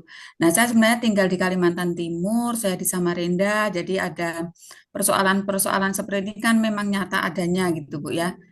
Kalau ada ya, persoalan dengan hukum, baik itu bukan hanya kebakaran, tetapi dengan perusahaan besar, baik itu perkebunan, pertambangan, kadang-kadang kan masyarakat itu selalu kalah gitu. Jadi di antara apatis dan lain-lain itu, tadi Ibu sampaikan bahwa masyarakat harus berpartisipasi untuk itu semua. Hanya masalahnya dengan kondisi yang seperti ini, sebenarnya cara yang paling nendang gitu ya berhasil guna itu kira-kira seperti apa, Bu ya? Apakah ya diviralkan atau sebenarnya apa yang praktis saja, Bu? Kira-kira apa yang biar ini masukannya itu memang benar-benar bisa dipraktekkan kemudian berhasil guna gitu. Terima kasih, Ibu. ya. Silakan. Ya, terima kasih, Bu. Jadi kalau yang tadi saya paparkan bahwa memang menurut Sachitro Harjo ya dengan teorinya itu penegakan hukum progresif ya dia itu salah satunya mengharapkan adanya partisipasi dari masyarakat ya, dalam penegakan hukum ya di antaranya partisipasinya itu ya eh, dia dalam dalam perbuatannya itu ya sesuai dengan aturan hukum misalnya kalau memang dilarang untuk membakar, ya jangan bakar. Itu dari pribadinya ya, gitu. Eh, Lalu yang kedua, kalau menemukan misalnya ada dugaan-dugaan pelanggaran hukum untuk melaporkan. Nah, memang dalam prakteknya agak sulit juga, ya, agak sulitnya bahwa apa? eh, eh, Jangan-jangan kita yang melapor, malah kitanya yang diintimidasi. Ya, ada seperti itu. Mau berpartisipasi, tapi ada akibatnya. Ya, nah ini menimbulkan orang jadi takut. Apalagi tadi saya sampaikan juga bahwa ada kepentingan-kepentingan, apalagi ya pengusaha-pengusaha besar, lalu pejabat-pejabat. Nah, kalau tadi ditanyakan tentang hal yang praktis, bagaimana ya untuk bentuk partisipasi, kalau saya ya dari sisi yang berbuat aktifnya ya itu untuk tetap pada jalur hukumnya ya, pada aturan hukumnya, membuat apa, membuat melakukan perbuatan yang sesuai dengan aturan. Kalau lagi musim kemarau ya nggak usah membakar gitu ya. Nah, eh, tapi kalau untuk melaporkan itu kembali kepada pribadinya, ya. Siap enggak gitu dia dengan apa dengan risiko yang ada, ya risiko yang ada. Karena jujur ya, jujur masyarakat masih sangat takut ya, masih sangat takut untuk apa melaporkan dia yang tadinya pelapor lalu diminta saksi, ujung-ujungnya jadi tersangka. Itu masih ada kejadian seperti itu, ya. Nah, semestinya ya itu kembali lagi juga kepada tadi saya katakan bahwa tidak hanya hukum itu tidak hanya kata-kata yang mati, tetapi juga ya norma-norma yang ada di situ, tetapi juga mengenai moralnya. Moral siapa ya? Moral dari penegak hukumnya. Ya. Nah, kalau saya ditanya yang praktisnya bagaimana, Bu, gitu ya. Eh, Kalau saya ya dari diri sendiri aja dulu untuk tidak melanggar aturan yang ada. Ya. Nah, kalau untuk misalnya kita menemukan dugaan-dugaan pelanggaran, itu tergantung kepada diri kita. Siap nggak dengan segala konsekuensinya? Ya, karena ini bisa berhadapan dengan berbagai masalah. Terus kalau dibilang kok Bu, jadi kita jadi nggak bisa berbuat apa-apa dong gitu. Ya, sebetulnya bisa. Tetapi kalau misalnya ya, kalau sekarang nih, kalau saya nih, kalau sekarang ini kan zamannya kalau sudah diviralkan ya baru kan ada apa? Ada perhatian yang lebih dari pejabat ya. Bisa jadi kalau itu memang diviralkan, viralkan ya. Nah, itu Pak Bu yang sekarang ini ya yang apa yang terjadi saat ini ya kalau mau diviralkan ya dengan segala risiko juga ya gitu. Ya harus jadi apa ya pribadi yang yang kuat yang mampu gitu untuk meluruskan sesuatu yang bengkok itu Bu. Ya, Ya baik itu Bu, yang bisa terima saya kasih. jawab. Ya Bu. Baik, sebelum ke Pak Paulus, kita ke Bu Arbawati. Nah, ini juga di Palangkaraya. Silakan Ibu. Ibu Arbawati, silakan. Kasih atas kesempatannya. Eh, Memang pertanyaan kita sebenarnya yang ingin kita tanyakan tadi itu sudah ada terjawab oleh bundanya ya, pemateri. Nah, tapi kita tidak masih ingin nih kita menemukan sesuatu yang mungkin kita bisa melaporkan karena memang masyarakat itu takut dengan berbagai resiko kalau melaporkan. Nah, misal nih kalau Hmm. kita melakukan yang aman, mungkin ada teman-teman yang lainnya. Kalau jawaban Bunda tadi kan yang pemateri seperti itu. Nah, salah satu di antaranya kalau kita punya permasalahan yang harus kita laporkan kemana? Seperti itu ya, laporkan kemana, kemana bagiannya yang menerima pelaporan itu. Satu, kedua lagi, eh, adakah payung hukumnya untuk si pelapor ini? Karena kan setiap kejadian itu biasanya seperti apa yang disampaikan Pak Materi, yang melapor bahkan uh, Hmm. menjadi tersangka seperti itu. Nah, ini yang ingin Betul. kita ulaskan kembali bahwa jadinya itu semua orang takut jadi pelapor. Nah, karena kita kan membiarkan kezaliman itu terjadi, dan ini bagaimana solusinya? Mungkin ada tanggapan-tanggapan dari teman-teman yang lainnya tentang bagaimana pelaporan itu bisa kita tuju kemana gitu ya, yang sekiranya memang benar-benar aman. Satu, kedua lagi yang pelapor ini apakah mendapat payung hukum seperti itu? Apa ada aturan-aturannya? Mohon maaf karena kita bukan orang hukum dan alhamdulillah kita hari ini mendapat materi yang sangat luar biasa. Terima kasih juga kami ucapkan. Itu aja yang mungkin bisa saya sampaikan. Terima kasih. Ya, silakan Ibu. Ya, baik ya. Jadi sebetulnya gini ya. eh Tadi ditanya ya kalau mau melapor. Jadi gini, kalau kita memang mau melapor ya, melapor kan sebetulnya semua orang punya hak untuk melapor ya. Nah, Iya, cuma harus diperhatikan dulu yang pertama, eh, ya legal standingnya dari kita. Apakah kita punya legal standing nggak untuk melapor? Ya, jadi kedudukan hukumnya. Karena kan kita harus pelajari dulu. Tidak semua ya kita punya legal standing untuk melapor. Kemudian yang kedua, bukti-bukti. Kalau kita mau laporan itu diterima, ya kita harus punya bukti, ya bukti, ya bukti. Karena ya mohon maaf ya, gitu. Ada kalanya kita datang ke melapor ke pihak yang berwenang, ya. Kalau kita, dia pasti yang bertanya, buktinya apa? Makanya tadi kaitannya dengan pertanyaan Pak Adi tadi. Seharusnya bukan kita yang suruh membuktikan. Ini lapor nih, ada yang pembakaran. Harusnya mereka bertindak. Tapi ada kalanya laporan kita ya dicuekin gitu ya. Nah, lalu eh nah kalau tadi ditanya kemana gitu ya, kemana untuk melaporkannya. Ya kita tentu ya di negara tadi saya sudah sampaikan untuk pembakaran lahan ini bisa dilakukan oleh penyidik kepolisian, bisa penyidik pegawai negeri sipil. Kalau tentang hutan ya ada ada apa penyidiknya ya PPNS. Nah, tetapi pada umumnya saat ini lebih banyak ditangani oleh kepolisian. Jadi kalau mau melaporkan ya melaporkan ke kepolisian. Lalu yang kalau tadi ditanya apakah kita melapor, kemudian gimana nih nasibnya kita. Jadi di dalam sistem hukum Indonesia, Bapak Ibu ya, ada yang dinamakan dengan perlindungan saksi dan korban. Biasanya kita sebagai pelapor akan dimintai juga menjadi saksi. Ya, nah perlindungan saksi dan korban ini diatur di dalam Undang-Undang Nomor 13 Tahun 2006. Ya, tentang perlindungan saksi dan korban dalam sistem peradilan pidana di Indonesia. Ya, jadi khusus untuk kasus pidana. Nah, perlindungan saksi dan korban ini bertujuan untuk memberikan rasa aman dan perlindungan hukum kepada mereka yang terlibat dalam proses peradilan pidana.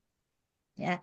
Nah, ada beberapa bentuk dari perlindungan saksi dan korban, bisa berupa perlindungan fisik dan psikis, ya, seperti pengamanan dan pengawalan, bisa juga perlindungan terhadap keamanan pribadi, keamanan keluarga, dan juga keamanan kepada harta bendanya. Ya, bisa juga berupa bantuan medis, bantuan rehabilitasi psikologi sosial, bisa juga berupa bantuan hukum. Ya, nah, bisa berupa bantuan biaya hidup, juga bisa berupa hak untuk memberikan kesaksian di luar persidangan, dan juga iya. Bisa berupa hak yang tidak dapat dituntut atas kesaksian atau laporannya. Ya, jadi ini sudah diatur di dalam Undang-Undang 13 2006 ya mengenai perlindungan saksi dan korban, dan sudah ada lembaganya, lembaga perlindungan saksi dan korban ya. Ini saat ini masih apa terpusat di Jakarta. Begitu Ibu Arbawati yang bisa saya jawab.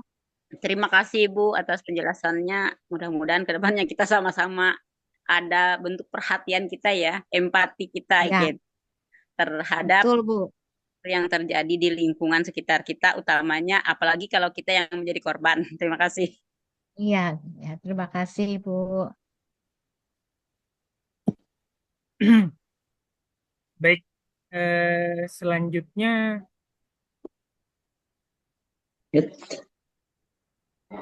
Kang Iman biasanya mah. ini ini dijamak aja langsungnya Pak Paulus, Pak Iman sama Pak Iya, Ibiarma. Silakan langsung saja siap, semuanya. Siapa dulu? Karena Pak Iman udah buka wajah, udah Oh kelihatan, iya. gantengnya silakan Pak. Mau tutup wajah dulu. Silakan Pak. Baik, terima kasih Ibu Rudianti. Materinya sangat luar biasa bagi saya yang bukan orang hukum, memberikan wawasan sekali ya. Dan terima kasih APSK sudah memfasilitasi kami terus belajar berbagai macam aspek tentang lingkungan.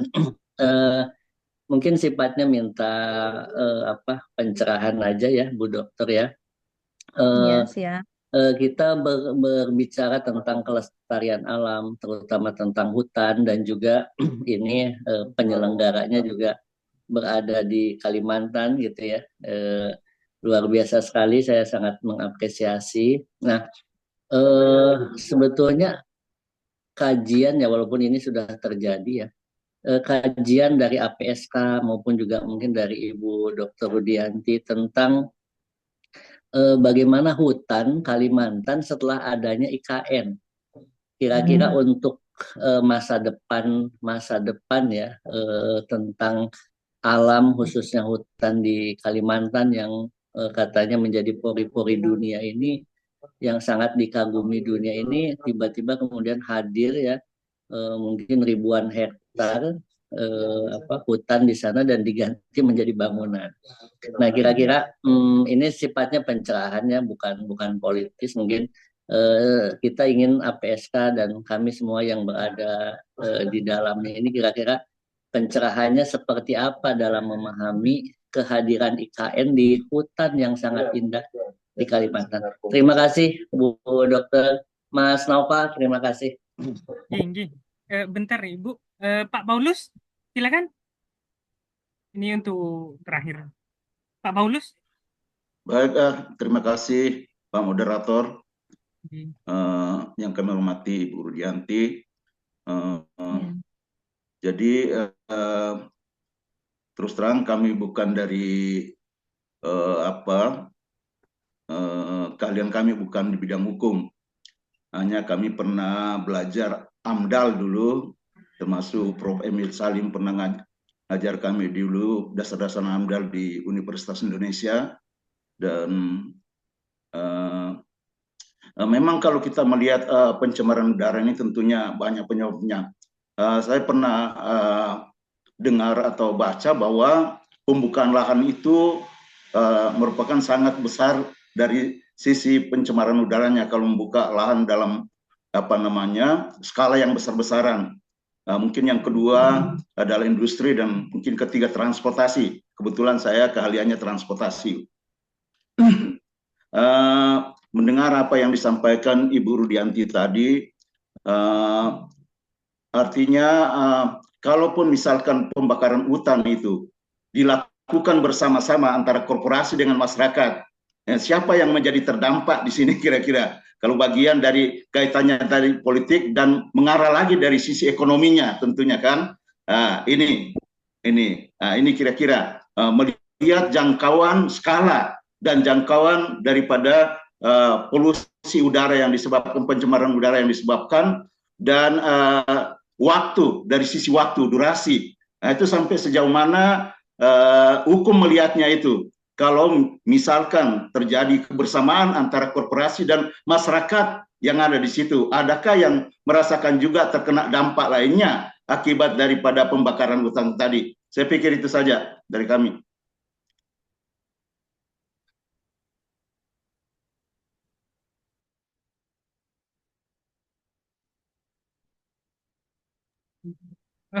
Karena waktu ya Bapak Ibu, jadi mungkin cukup dua ini aja. Nanti kita bisa bertemu di sesi-sesi yang lain. Banyak kegiatan APSK kayak gitu. Silakan Ibu Dokter dia pertanyaan Pak Imam Subasman ini tentang IKN dan juga sebenarnya ada Kementerian Kehutanan yang akan membuka 2 juta hektar itu tentang swasembada energi dan pangan juga mungkin sebagai pamungkasnya. Yang terakhir tentang AMDAL, itu kalau korporat dengan masyarakat yang juga sama-sama merusak itu tadi ada politik, ekonomi, waktu, durasi dan lain-lain. Monggo, silakan Ibu Dr. Dia responnya. Ya, terima kasih Pak Iman dan Pak Paulus ya. Eh, Kebetulan saya baru membaca beberapa tentang buku ya tentang pembangunan di IKN. Kalau kalau buku ini yang diterbitkan oleh pemerintah ya pasti isinya yang bagus-bagus ya gitu. Wah, ini nanti akan menjadi kota yang modern ya. Ya, saya baca juga ya terpesona juga membayangkan ya menjadi kota modern. Tetapi ketika kemudian saya membaca berita-berita yang lain dari sisi masyarakatnya, ya itu juga berubah menjadi satu kesedihan, itu kesedihan ya bagi saya. Kenapa? Karena ya dalam suatu pembangunan, ya pembangunan tentu memerlukan suatu lahan. Ya, lahan untuk dibangun sebagai fasilitas sarana prasarana yang tentunya ya lahan yang dipakai juga ya sangat dimungkinkan adalah lahan yang berupa hutan. Ya, padahal tadi sudah saya jelaskan bahwa hutan itu mempunyai berbagai macam manfaat ya, gitu kan, manfaat terutama untuk lingkungan. Nah, tentu dengan ada program, apalagi ada program ya pembukaan berapa 3.000 hektar ya gitu ya untuk IKN. Saya rasa ini sebetulnya adalah pengulangan lagi kesalahan di zaman dahulu ya, ke zaman dahulu. Ada di Kalimantan dibuka lahan ya, lahan apa lahan untuk apa namanya kayak 1 juta hektar yang itu ya Ya, kan 1 juta hektar di Kalteng itu salah satunya ya memang programnya keren banget nanti ada kita bisa swasembada ya beras dari Kalteng sendiri tapi ternyata pelaksanaannya itu tanpa apa perencanaan yang baik tanpa dengan hasil penelitian yang memadai ketika kemudian dibuat program itu hancur sudah nggak berhasil ya padinya nggak bisa tumbuh di tanah gambut sementara eh, dengan dibukanya lahan 1 juta hektar itu mempengaruhi kepada kondisi lingkungan dulu yang sungai-sungai itu banyak ikannya ya sekarang di daerah-daerah yang 1 juta hektar itu susah dapat ikannya karena sudah tercemar ya. Nah, kalau kemudian tadi ditanyakan di IKN bagaimana masa depannya dengan lingkungan, ini juga saya harap jangan mengulangi lagi kesalahan di masa lalu. Harus dilakukan suatu kajian-kajian ilmiah ya, yang terbaik sehingga tidak merusak lingkungan ya. Ya, cuma ya itu yang diharapkan. Tapi apakah harapan ini bisa terwujud tergantung kepada goodwill pemerintah, itikat baik dari pemerintah. Jangan karena sudah terlanjur mau IKN, ya, daripada malu nggak jadi IKN, lalu dipaksakan suatu program tanpa kajian-kajian yang bagus. Ya. Ini biasanya pemerintah seperti itu, malu udah terlanjur ada program, sudah aja pokoknya laksanakan. Ya, masalah nanti dampaknya terserah nanti aja gitu ya. Nah, ya kalau saya sih berharap jangan seperti itu. Ini sudah banyak pengalaman di masa lalu akibat program tanpa didukung oleh kajian-kajian ilmiah ya, terutama mengenai masalah lingkungan. Begitu, Pak. Ya. Itu dari sisi lingkungan, dari sisi sosiologisnya itu sedih loh, Pak, kalau bicara IKN ya. Saya membaca ada beberapa masyarakat yang asli tinggal di situ, ya, tetapi terkena dampak pembangunan IKN, ya. Lalu mereka dianggap tidak punya hak kepemilikan atas tanah. Jadi memakai yang tadi bahwa negara itu mempunyai hak untuk menguasai tanah. Ini tanah negara, kamu tidak bisa menunjukkan surat tanah. Oleh karena itu kamu pergi dari tanah ini dikasih ganti ruginya ya sekedarnya. Nah, mereka pada sudah turun temurun di tanah itu. Tersingkir ya. Itu dari sisi sosiologisnya juga. Ya banyak kejadian seperti itu. Itu Pak. Jadi kalau IKN memang eh, ya meskipun katanya sudah direncanakan dari buku-bukunya begitu indahnya, ya belum tentu nanti dalam pelaksanaannya ya bisa seindah di yang dibayangkan oleh mereka-mereka. Ya, pada saat ini juga masih banyak permasalahan kok di sana. Itu Pak ya? Terima kasih Bu Rudianti. Ya. Eh, kemudian Pak Paulus ya, ini tadi pembukaan lahan besar-besaran ya. Memang di sini kalau saya karena memang saya fokusnya temanya hari ini tentang pembukaan lahan ya korporasi ya dengan melakukan pembakaran. eh, yang sebetulnya secara undang-undangnya aturannya sudah dilarang ya dilarang. Eh, Meskipun memang ada diperbolehkan dalam keadaan tertentu ya tadi sudah ada ya di dalam undang-undang perkebunan ya. Nah, itu pun sebetulnya sudah diatur batas-batasannya. Ya, berapa yang boleh dibakar, lalu bagaimana pengendaliannya. Itu sudah ada aturannya. Tetapi seringkali ya ada kesenjangan antara dasolen dengan dasein. Ada kesenjangan antara aturan hukumnya, norma hukumnya dengan pelaksanaannya. Sudah dilarang, nggak boleh lebih dari sekian. Tetap dibakarnya lebih dari segitu. Ya, nah dan ternyata ya pengawasannya juga ya kurang baik dari pihak-pihak yang berwenang terhadap terhadap ini.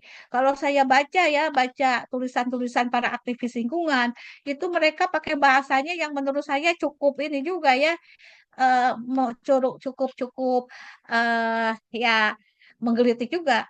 Mereka bilang kenapa gitu?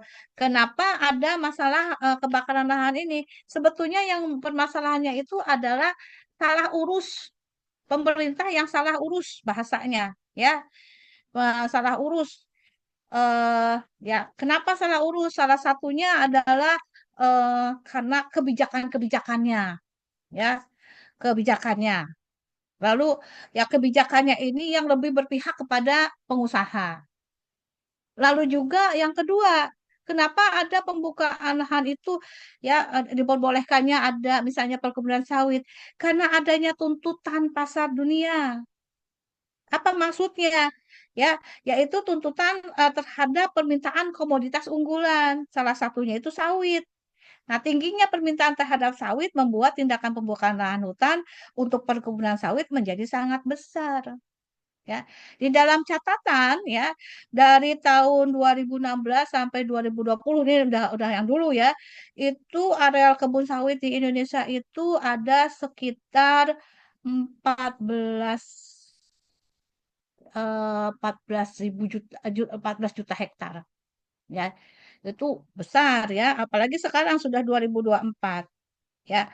Nah, jadi kalau tadi dikatakan ya ini mengenai pembukaan lahan besar-besaran sebetulnya kalau kemudian berdampak kepada hal yang negatif karena memang ada faktor-faktor yang mempengaruhinya terutama adalah problem regulasinya ya eh, di mana akses pembukaan lahan ini dipermudah ya dan juga tidak ada batas maksimal kepemilikan luasan lahan hutan oleh para pemodal ya.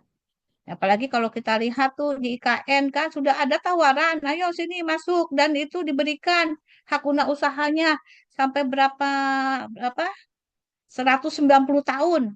Itu menurut saya unlogic banget ya. Suruh masuk, buka, bikin nanti di situ ya mereka investor lalu dikasih hak guna usahanya 190 tahun. Itu mengerikan sekali kalau itu sampai terjadi. Ya, dan pasti berdampak kepada lingkungan. Begitu, Pak. Ya. Nah, lalu kalau masalahnya misalnya dalam pembakaran lahan itu ya ada perusahaan, ada masyarakat. Maksudnya Bapak tadi bersama-sama membakar lahan yang sama atau yang Ya, korporasinya membakar, lahannya juga membakar, ya sama-sama masyarakat lah kira-kira Bu, gitu. tapi di lahan yang berbeda. Ya Pak, pokoknya yang terdampak pada masyarakat situ ya. Ya. Jadi maksud saya kalau terjadi demikian, siapa yang kita Mm-mm. katakan sebagai objek terkena Ya. dampak di sini, sementara masyarakatnya juga ikut di dalamnya, gitu Bu. Kalau ini ya, kalau misalnya, jadi gini, kita tergantung kita pakainya pasal yang mana, pasal pembakaran atau pasal apa pencemaran. Kalau pakai pasalnya pembakaran itu sudah jelas ada dilarang membakar. Sehingga nanti misalnya si perusahaan membakar di arealnya, ya dia juga bisa dijadikan tersangka berdasarkan bukti-bukti adanya pembakaran. Lalu kalau ada masyarakat membakar di lahannya, kalau memang ada bukti bahwa dia melakukan pembakaran yang menimbulkan ya pembakaran, nah ini juga bisa pakai pasal pembakaran, dia pun bisa jadikan tersangka, ya. Nah, ini memang kalau di Kalimantan Tengah, Bapak ada peraturan daerah nomor 1 tahun 2020 yang tadi saya katakan merupakan perubahan dari Perda nomor 5 tahun 2003, ya. Di situ di pasal 5-nya ya disebutkan bahwa setiap orang dan atau perusahaan dilarang melakukan kegiatan pembakaran lahan. Ya. Nah, lalu tetapi kemudian ya di ayat 2-nya dikecualikan ada boleh pembakaran itu ya dilakukan eh, di lahan yang bukan gambut ya. Nah, apa yang di sini yaitu eh, dilakukan oleh petani atau peladang atau pekebun yang berasal dari anggota masyarakat hukum adat. Karena memang kalau orang Dayak ya, khususnya Kalimantan Tengah, itu punya budaya, mereka itu bertaninya itu berpindah ya, berladang ya. Berladang itu berpindah. Jadi tidak menetap. Dan untuk berpindah berladang itu dia melakukan pembukaan lahan dengan melakukan pembakaran. Nah, karena apa pemerintah melihat ini adalah suatu kearifan lokal ya, maka di apa di eh, di dimasukkan di dalam peraturan daerah boleh membakar ya untuk kepentingan nih petani atau peladang perkebun yang berasal dari anggota masyarakat, tapi ada syaratnya ya. Syaratnya itu tidak boleh lebih dari 1 hektar per kepala keluarga ya atau tidak boleh lebih dari 20 hektar dalam satu wilayah desa pada hari yang sama gitu ya. Nah, pembakarannya itu ya. Dan ada juga dia itu tidak boleh dilakukan secara bersamaan dengan lahan yang lain berjarak 1 kilometer dari lahan yang mendapatkan izin. Jadi kalau untuk membakar itu minta izin dulu, baru nanti diperbolehkan dengan syarat-syarat yang ada di Perda. Ya, jadi kalau di Kalteng ya masyarakat boleh membakar, tetapi minta izin dulu, lalu dengan batasan-batasan yang ada di peraturan daerah. Nah, kalau mereka melanggar ya kena sanksinya dalam peraturan daerah. Ada sanksinya denda, juga sanksinya kurungan, ya. Tapi kalau perda sih itu sanksinya eh, lebih rendah dari undang-undang, ya, karena memang perda itu apa ya, perda itu sudah ada batasannya untuk sanksi, baik sanksi denda maupun sanksi kurungan. Gitu. Gitu, Pak ya. Karena Pak Paulus sudah ini, Aman, ya, Pak Ya Olis. cukup Bu, sudah jelas. ya, Baik, Bapak Ibu, saya rasa waktu sudah 11.36, jadi sudah cukup. Untuk yang terakhir, eh, Ibu Dr. Rudianti, closing statement dari segala diskusi kita, silakan, Bu. ya. eh, Ya. Baik Bapak Ibu ya, ya tentunya yang pasti saya mengucapkan terima kasih kepada APSK ya. Ini yang luar biasa dengan berbagai kegiatannya ya yang sangat bermanfaat. Lalu juga kepada para peserta dalam kegiatan ini eh, dan ya semoga apa yang saya sampaikan itu bermanfaat ya. Dan tidak mengecilkan niat Bapak Ibu untuk turut serta berpartisipasi di dalam penegakan hukum ya. Karena partisipasi masyarakat itu ya terutama Bapak Ibu yang ada pada hari ini dalam penegakan hukum akan sangat mempengaruhi bagaimana hasil dari pelaksanaan hukum itu ya. Dan mari kita ya yang terakhir tadi di dalam paparan saya ya, mari kita menjadi insan-insan yang apa bekerja dengan kebeningan hati, ya, bukan hanya wajah aja yang di glowing ya gitu ya, tapi mari kita mengabdi dengan kebeningan hati dan tentu juga dengan ikhlas yang sempurna, ya. Dan tetap mengedepankan bahwa hukum itu adalah suatu keadilan, ya. Itu yang bisa saya sampaikan. Ya, saya mohon maaf apabila apa yang saya sampaikan mungkin belum memuaskan. Ya, nanti kita bisa berdiskusi di luar forum ini, ya, semampunya saya, ya, karena saya manusia yang punya keterbatasan juga. Ya, terima kasih eh, kepada semuanya. Ya, wassalamualaikum warahmatullahi wabarakatuh. Baik Bapak Ibu, sebelum ditutup, izin menyampaikan ada amanah dari Bu Direktur APSK. Ini kita udah melaksanakan bulan ini, terus ini kita udah melaksanakan juga. Kita masih membuka selebar-lebarnya anggota APSK, karena kita percaya bahwa revolusi Iran, Prancis, dan Singapura, Amerika itu berasal dari intelektual organik, yakni peradaban dari pendidikan, penelitian, dan pembukuan.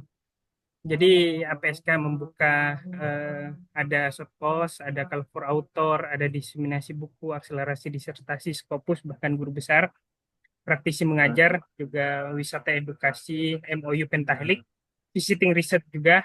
Ini kita ada keluar, ada ke 2 negara, Malaysia, Thailand, dan juga ke Eropa.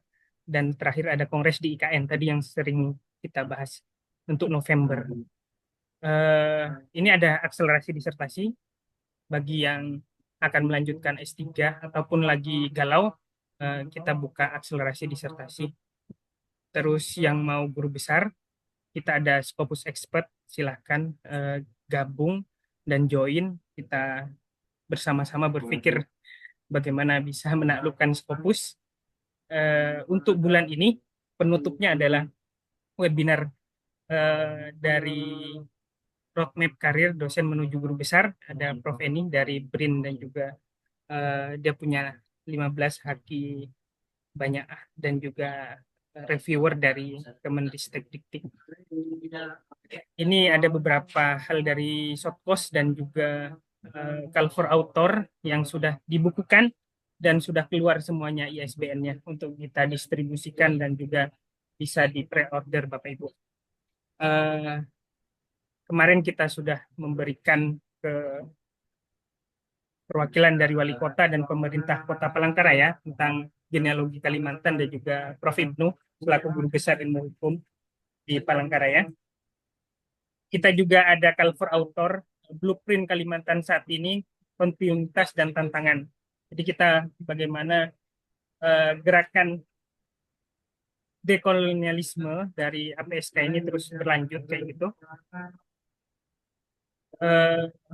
Ini untuk Februari. Untuk Maret kita ada 2 project sampai sekarang akan berlanjut.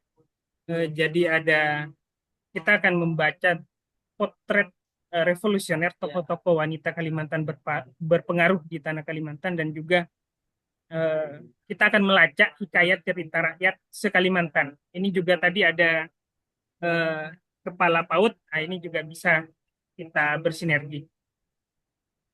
Dan tentunya kampus-kampusnya se-Kalimantan. Ini ada beberapa berita yang sudah dipublish di kampus-kampus dan juga berita-berita online ya. Ini acara kita di University Malaya, kita sangat intens dengan University Malaya dan National University Singapura tentang Kalimantan Studies dan Borneo Studies.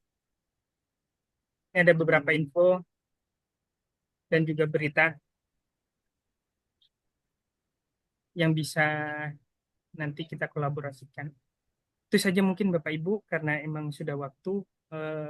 Sebelum ditutup, kita dokumentasi dulu. Silahkan buka kameranya. Izin 1 kali.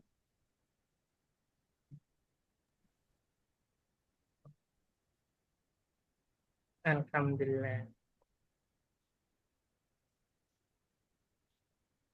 Nah, selagi masih ada orang baik, jangan berkecil hati, Bapak Ibu. Insya Allah bumi ini akan masih ada. Saya hitung. 1, 2, 3.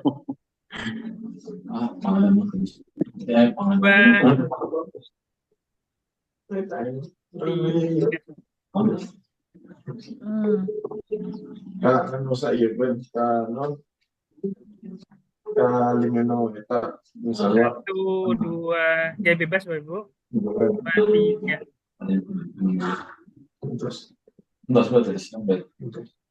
Jika ada punya ide, saran, masukan, event, dan lain-lain, Bapak Ibu juga bisa mengunjungi website dan juga sosial media kami. Kita akan terus bersiap. Itu saja mungkin yang bisa saya sampaikan. Kurang lebihnya saya mohon maaf. di Wisnu Ayu nanti dahil Wassalamualaikum warahmatullahi wabarakatuh. Selamat siang. Sukses, sehat selalu Bang Nopal. Siap, siap, siap, Bapak. Terima kasih, Bu Dokter dia. Ya, terima Semangat kasih kalau semuanya Bang Bapak Nopal ini. Ibu. Bu Dokter, terima kasih. Kasih Pak Dr. Nova, makasih Pak Iman. Ya, Terus Biono. mohon maaf ini saya baru masuk. Makasih Bu. Ya, saya izin live ya. Izin.